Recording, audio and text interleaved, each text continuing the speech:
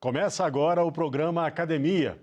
Eu convido você a ficar com a gente pela próxima meia hora, porque vamos discutir aqui um tema muito controverso, que é a transferência de renda no Brasil e a efetiva cidadania social.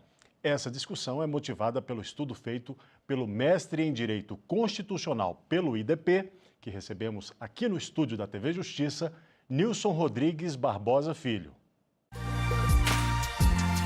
Programas de transferência de renda no Brasil, contribuições e limites para a efetivação da cidadania social. Dissertação apresentada ao Instituto Brasiliense de Direito Público para obtenção do título de mestre, sob a orientação da professora doutora Júlia Maurman Ximenes. No Brasil, os programas de transferência de renda mais importantes são o Benefício de Prestação Continuada, o BPC, que alcança idosos e pessoas com deficiência, e o Bolsa Família, de 2003, destinado a casais pobres com filhos, criado a partir do Bolsa Alimentação, Bolsa Escola e Auxílio Gás, com base no Cadastro Único do Governo Federal. Mas, afinal, programas assim têm dado certo ao longo do tempo? O que há de positivo e negativo nesses programas? É o que vamos discutir a partir de agora. Bem, a partir de agora a gente vai entrar no universo desse tema e, para entender, vamos ter a colaboração dos nossos convidados debatedores. São eles Cláudio Janotti da Rocha, doutor em Direito, e João Telésforo, mestre em Direito. Muito obrigado pela presença dos senhores aqui para discutir esse tema que é tão importante, para o nosso país, para todos nós. Eu me dirijo diretamente ao doutor Nilson. Doutor Nilson, vamos fazer uma abordagem inicial, uma exposição inicial desse recorte que o senhor fez para essa dissertação. Por favor, fique à vontade. Claro, obrigado. Queria primeiramente agradecer a oportunidade. É uma honra estar aqui para debater esse tema tão importante e com colaboradores tão especialistas que certamente enriquecerão essa conversa. Bom, a proposta do trabalho, da dissertação, era analisar os programas de transferência de renda e a forma que eles contribuem para a efetivação da cidadania social. Então, de início, foi necessário tratar o que seria essa cidadania social. A cidadania, como sabemos, é um status que nos faz nos reconhecer em uma dada comunidade e a cidadania pressupõe uma série de liberdades e garantias individuais e em estados democráticos de direito como o nosso, pressupõe também um direito de votar e de ser eleito, de se candidatar para representar a população. A cidadania social, entretanto, é um ponto de equilíbrio entre essa garantia de igualdade formal da lei e as desigualdades resultantes do mundo capitalista, numa sociedade de livre mercado. Então, a partir daí, eu passo a analisar, ou tento analisar, como os programas de distribuição de renda podem efetivar ou contribuir para a efetivação dessa cidadania, que pressupõe direitos de inclusão, de participação, de ocupação em postos de trabalho, em postos na sociedade, e essa é a tônica do trabalho. O que motivou você a fazer esse trabalho? Bom, inicialmente, ainda na época da última campanha eleitoral, quando eu estava no início do mestrado, eu percebia um avivamento do debate em relação a programas Bolsa Família e outros programas assistenciais, mas eram debates muito do senso comum, debates rasos quanto à cientificidade do assunto, e isso me fez ter o interesse de aprofundar do ponto de vista científico, do ponto de vista estatístico, e o envolvimento do direito nesse assunto. Então, um tema tão relevante que não vinha sendo tratado com tanto cuidado, pelo menos nos debates políticos, ou raramente em debates acadêmicos, na área do direito ele é pouco estudado, isso me fez despertar o interesse para aprofundar o estudo no tema, que, como eu disse, reputo da mais alta relevância para a nossa sociedade. Agora, em relação a... Você citou um ponto aí que é o estudo da cidadania no direito. Como é que se dá isso, hein, Nilson? Eu fiquei curioso. Como é que você estuda a cidadania no direito? Quer dizer, que pontos, até onde você tem que ir para poder conseguir isso? Pois é, isso é muito interessante. era uma dissertação de Direito e, normalmente, esses estudos estão no campo da Sociologia. Mas existe um autor, Diego Coutinho, que ele fala muito da utilização do direito nas políticas públicas de assistência social. E o direito ele permeia toda a política pública, seja na estipulação das regras, dos limites impostos pela Constituição, até onde o gestor ou o legislador pode ir. O desenho da política pública ele é limitado por aspectos legais.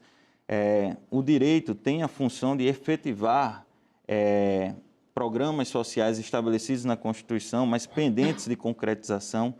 Então, o direito, embora não tenha tratado com tanta atenção o tema da assistência social como um todo, ele é um tema altamente jurídico, da mais alta relevância. Porque é muito importante que o cidadão conheça as leis, enfim, né? E saiba os seus direitos exatamente para que possa exercer a cidadania. Vamos já pedir a participação dos nossos debatedores convidados aqui agora. Doutor Janotti, por favor, uma pergunta sobre a dissertação. Doutor Nilson. Sim. Primeiramente, muito obrigado pela oportunidade. Sempre um prazer estar aqui colaborando, né, para o debate jurídico de um tema tão importante. Gostaria de parabenizar o Nilson, né, pelo conceito de cidadania tríade que ele criou ali, né, cidadania política, cidadania civil e cidadania social. Isso é fundamental para um trabalho científico. E o que eu gostaria de abordar com o Nilson, né, é a importância da transferência de renda. Atualmente, o IBGE lançou um dado de que 15 milhões de brasileiros vivem na pobreza, com menos de R$ 132, né, para conseguir se manter mensalmente. Então, e 55% fica na região nordeste do Brasil. Então, gostaria de perguntar para o Nilson, né, se os atuais parâmetros previstos em lei conseguem atingir, né, a grande parte da população que, de fato, precisa dessa transferência de renda. Perfeito. Bom, obrigado pela pergunta, é bem pertinente a pergunta e os comentários realmente a respeito do tema. Bom, a política de transferência de renda no programa Bolsa Família tem como finalidade principal o combate à fome e à extrema miséria. E nesse aspecto ele tem sido positivo e tem conseguido alcançar números expressivos. Hoje são mais aproximadamente 13 milhões e meio de famílias que são beneficiados com o programa Bolsa Família. Então, em termos de abrangência, ele consegue atingir essas pessoas. Há uma crítica que eu faço no trabalho, e eu denominei de congelamento virtual da miséria, porque o poder de paridade de compra, ele nem sempre é garantido porque não há uma regulamentação quanto à correção dos valores que identificam o nível de pobreza e que também os valores a serem recebidos pela população beneficiada. Então, nem todas as pessoas acabam recebendo por esse congelamento, esse não reajuste anual ou periódico. O TCU até aponta que isso pode gerar uma sobreestimativa do número de pessoas efetivamente pobres. Quanto a esse objetivo principal de tirar da miséria, da extrema pobreza, é possível afirmar por dados estatísticos, estudos, que o benefício atinge a população que necessita e atinge essa finalidade. Mas o programa ele tem uma finalidade maior, que é gerar autonomia às pessoas, para que as pessoas possam, a partir do seu próprio esforço, de sua dedicação, ter condições de subsistência. A eliminação dessa privação máxima, que é a da fome, da extrema miséria, é alcançada. Tem alguma questão? Quer fazer algum comentário, João? Sem dúvida nenhuma. Agradeço também pelo convite, pela possibilidade de participar desse debate. É um tema absolutamente essencial. Meus parabéns ao Nilson pela dissertação, pela pesquisa. E, sem dúvida, algumas vezes algumas pessoas comentam assim, o Bolsa Família, os programas de transferência de renda precisam de uma porta de saída. O que elas custam a entender é que esse programa é uma porta de saída. É uma porta de saída da miséria, é uma porta de saída da indignidade absoluta. É uma porta de entrada inicial para a cidadania. Como o Nilson bem demonstra no trabalho, esses programas por si só não são suficientes para assegurar a cidadania, mas são o começo de uma população que nunca teve assegurado o seu direito, porque o direito à dignidade é um direito da cidadania, é um direito de todo brasileiro, todo ser humano, né, que é um direito humano.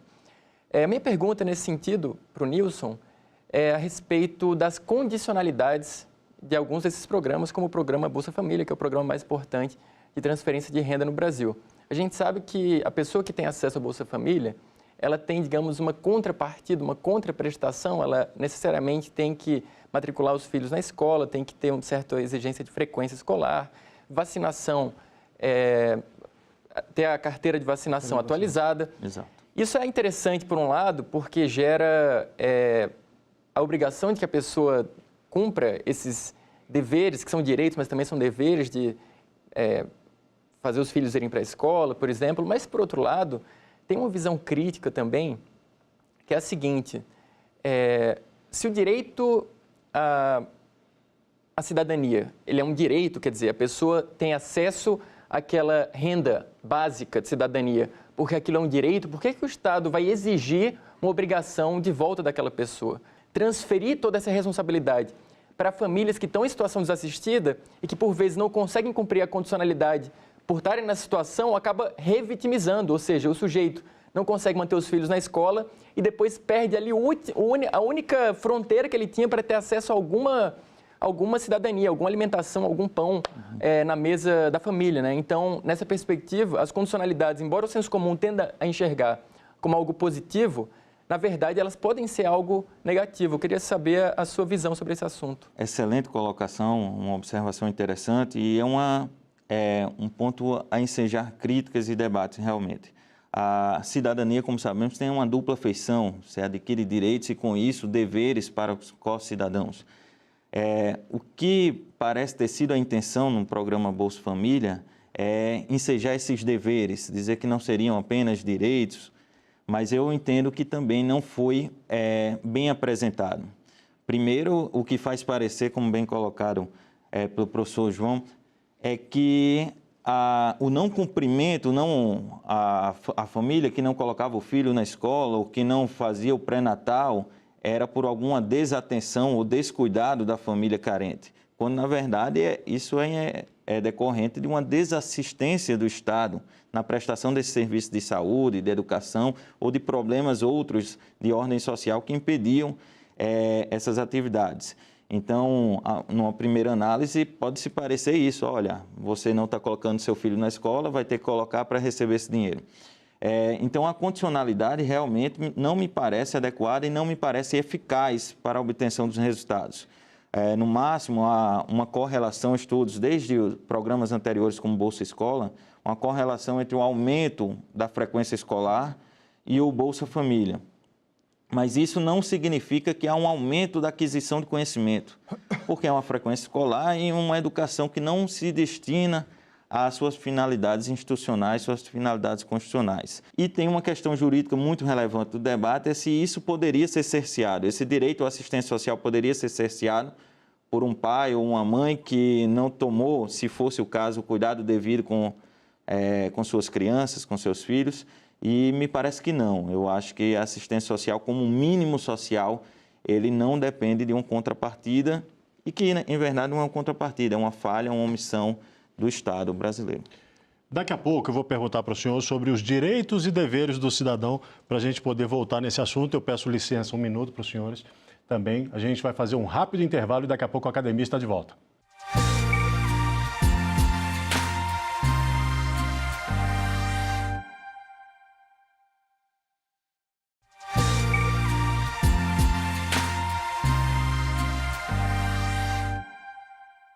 O Academia está de volta hoje com o tema Programas de Transferência de Renda no Brasil, contribuições e limites para a efetivação da cidadania social. Um assunto muito controverso. E aí eu volto a perguntar ao doutor Nilson aqui, em relação ao que a gente dizia no primeiro bloco, essa legitimidade ou não dessa contrapartida, seria essa história de que o cidadão, assim como tem direitos, ele tem deveres também com a sociedade, uma vez que ele está recebendo essa espécie de assistência. Acho que é bom a gente lembrar que no Brasil, além do Bolsa Família, a gente tem um outro que é o BPC, né? Isso. A prestação continuada. Benefício de prestação continuada para idosos, né? E também pessoas com deficiência. Isso. É bom lembrar isso. Seria essa a questão? Quer dizer, vamos fazer com que o cidadão também tenha essa responsabilidade, esse dever, não com o Estado, mas com a sociedade. Em parte, sim. Talvez em relação a obrigações que são basilares, como a de manter os filhos, incentivar que os filhos frequentem a escola, talvez seja, sim, relevante em relação às condicionalidades impostas pelo Bolsa Família. Embora eu ache que, como disse no bloco anterior, que a não efetivação, a não participação escolar, que hoje é um problema menor do que a qualidade do ensino em si, não decorra da condicionalidade ou não do Bolsa Família. Os deveres de cidadania relacionados a quem recebe programa social é também um dever de buscar a autoindependência. Se o programa tem por finalidade assistência social, embora ela seja no Brasil, pelo menos no âmbito federal, basicamente programas de transferência de renda, mas a finalidade dela seja buscar a autonomia das famílias, que sejam incluídas no mercado de trabalho, no ambiente social, participação social, é que essas pessoas que recebem um Bolsa Família ou recebem um benefício assistencial, e as famílias que podem amparar essas pessoas, busquem também essa autonomia. Não há registros estatísticos confiáveis, pelo menos, do efeito de acomodação em relação a quem recebe esse benefício. Mas é possível vislumbrar vários casos de pessoas que poderiam sair do critério de recebimento do benefício ou até que já possuem alguma renda, mas elas continuam a receber, não comunicam, de certa forma fraudam o benefício. Então, isso é uma clara violação de um dever de cidadania, que pressupõe que parta da própria pessoa também um interesse em ter essa independência. Os benefícios assistenciais, eles foram feitos para serem temporários, até que a dependência que a própria pessoa deve buscar seja alcançada. Se me permite sobre esse tema, eu acho que um limite aqui é que ainda não se enxerga, em geral, o direito à renda básica de cidadania como um direito, de fato. Porque, veja, é claro que todos os cidadãos têm direitos e deveres. As pessoas, os pais têm o dever de matricular os filhos, de levarem para vacinação, mas ninguém imagina que um pai, por exemplo, que deixa de assegurar a frequência do seu filho na escola, vai deixar de ter acesso a um posto de saúde quando fica doente, ele ou qualquer pessoa da sua família, porque a gente entende que saúde é direito. Ninguém imagina que alguém que está tendo a sua casa furtada, se ligar para a polícia não vai vir atender e vai perguntar antes, mas peraí, seu filho está na escola, porque se entende que segurança pública é um direito.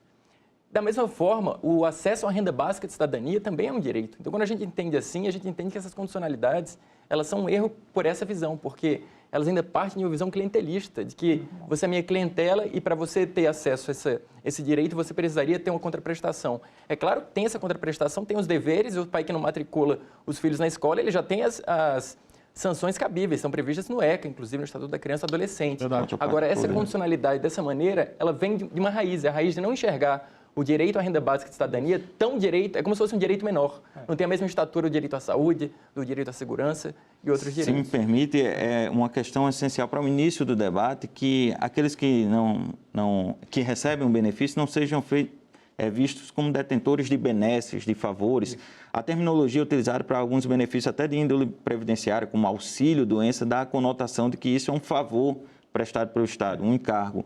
Quando, como bem disse o professor, isso é um direito. Se não um direito a receber o dinheiro, mas um direito de ser assistido para o atingimento daquelas finalidades constitucionais da assistência social. Então, foi muito bem colocado que deve ser visto como um direito e até a crítica, a condicionalidade, a contraprestação é pertinente nesse sentido. É importante destacar que não é um direito, né? São direitos fundamentais. Está previsto no artigo 6º da Constituição, então o assistencialismo, é claro, está expresso lá, então é um direito acima de todos os outros direitos, porque é um direito básico, é um direito de você reconhecer aquela pessoa que está numa situação vulnerável como detentora de direito e integrante da sociedade. Já que o professor João trouxe à tona aqui, estudos acadêmicos, na UNB, foi feito um estudo pelo professor Roberto Lira Filho e pelo professor José Geraldo, que é o direito achado na rua, né? Esse direito achado na rua é quando reconhece aquela parte da população no qual é dita como invisível social, como detentora de direito positivo, atuação positiva do Estado, né? E o assistencialismo, além de ser uma cláusula pétrea, um direito fundamental do artigo 6º, está também no artigo 194, né? Dentro ali da Seguridade Social, junto com a Previdência e com a Saúde. É a tríade que é a tríade básica de qualquer pessoa, né, ser reconhecida como centro convergente, porque a democracia, né, ela parte do pressuposto que o centro convergente é o ser humano. O ser humano é a razão de tudo, né? Então, é por isso que essas transferências de rendas são fundamentais para a nossa ordem democrática. E lembrando, né, para quem tem dúvida, que o Brasil não criou, não inventou a roda, e para quem critica da mesma forma. Quer dizer, você tem vários países na Inglaterra, Europa, né, o isso, Reino Unido, Alemanha. você tem o Bolsa Aquecimento no inverno. Exatamente. Você tem o Bolsa Funeral, Reino Na Unido. Itália, você também tem, na Itália, Alemanha. Você tem. Agora, uma questão que é importante aqui, nós tivemos, vários países latino-americanos têm, e nós tivemos no México o Progressa, que foi um tipo de também de bolsa, o Progressa depois mudou de governo, virou Oportunidades, né? Mas me parece que esses programas, eles sofrem de um mesmo mal. Os senhores vão me corrigir se eu estiver errado. Eles são cíclicos e no momento que eles estão muito bons, o Oportunidades, inclusive no México, ele chegou a ter 42% da população que recebia, gerando novos negócios a partir um pouco daquilo que a gente falava antes. Exatamente. Né? A partir daquele dinheiro que se recebia. Sociedade, porque ele é consumidor. Você voltava para o mercado, gerando negócio. Você volta, exatamente, mas hoje voltou a ser um programa com dificuldades, assim como o Bolsa Família, que sofre essa crítica de não atender a quem precisa. Eu queria a opinião dos senhores. Nilson primeiro. Bom, a crítica do Bolsa Família, eu acho que decorre muito do excesso de expectativa que se criou, até mesmo no seu lançamento, que ele foi lançado com o viés de gerar essa autonomia.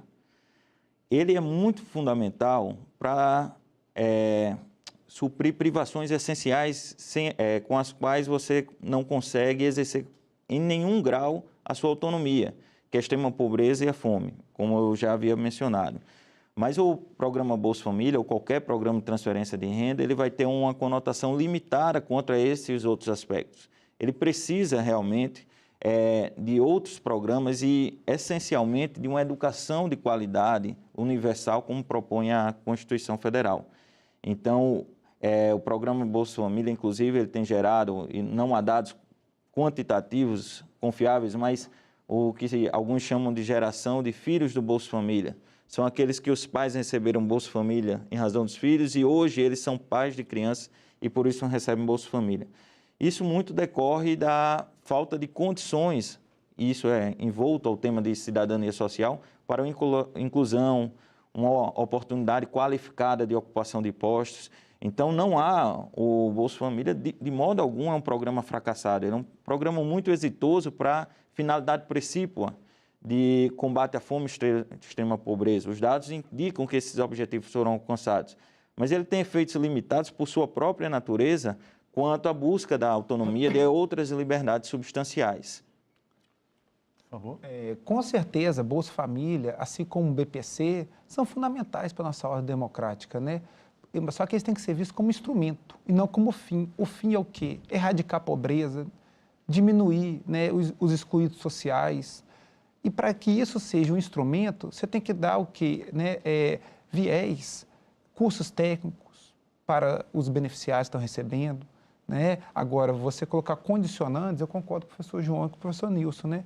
É até mesmo inconstitucional, porque você não pode vincular o recebimento de direitos básicos, elementares, vinculados à cidadania, a uma contrapartida, né? E nós temos, né, também, na verdade, outra série de problemas que desaguam, né, na pobreza, na erradicação da pobreza.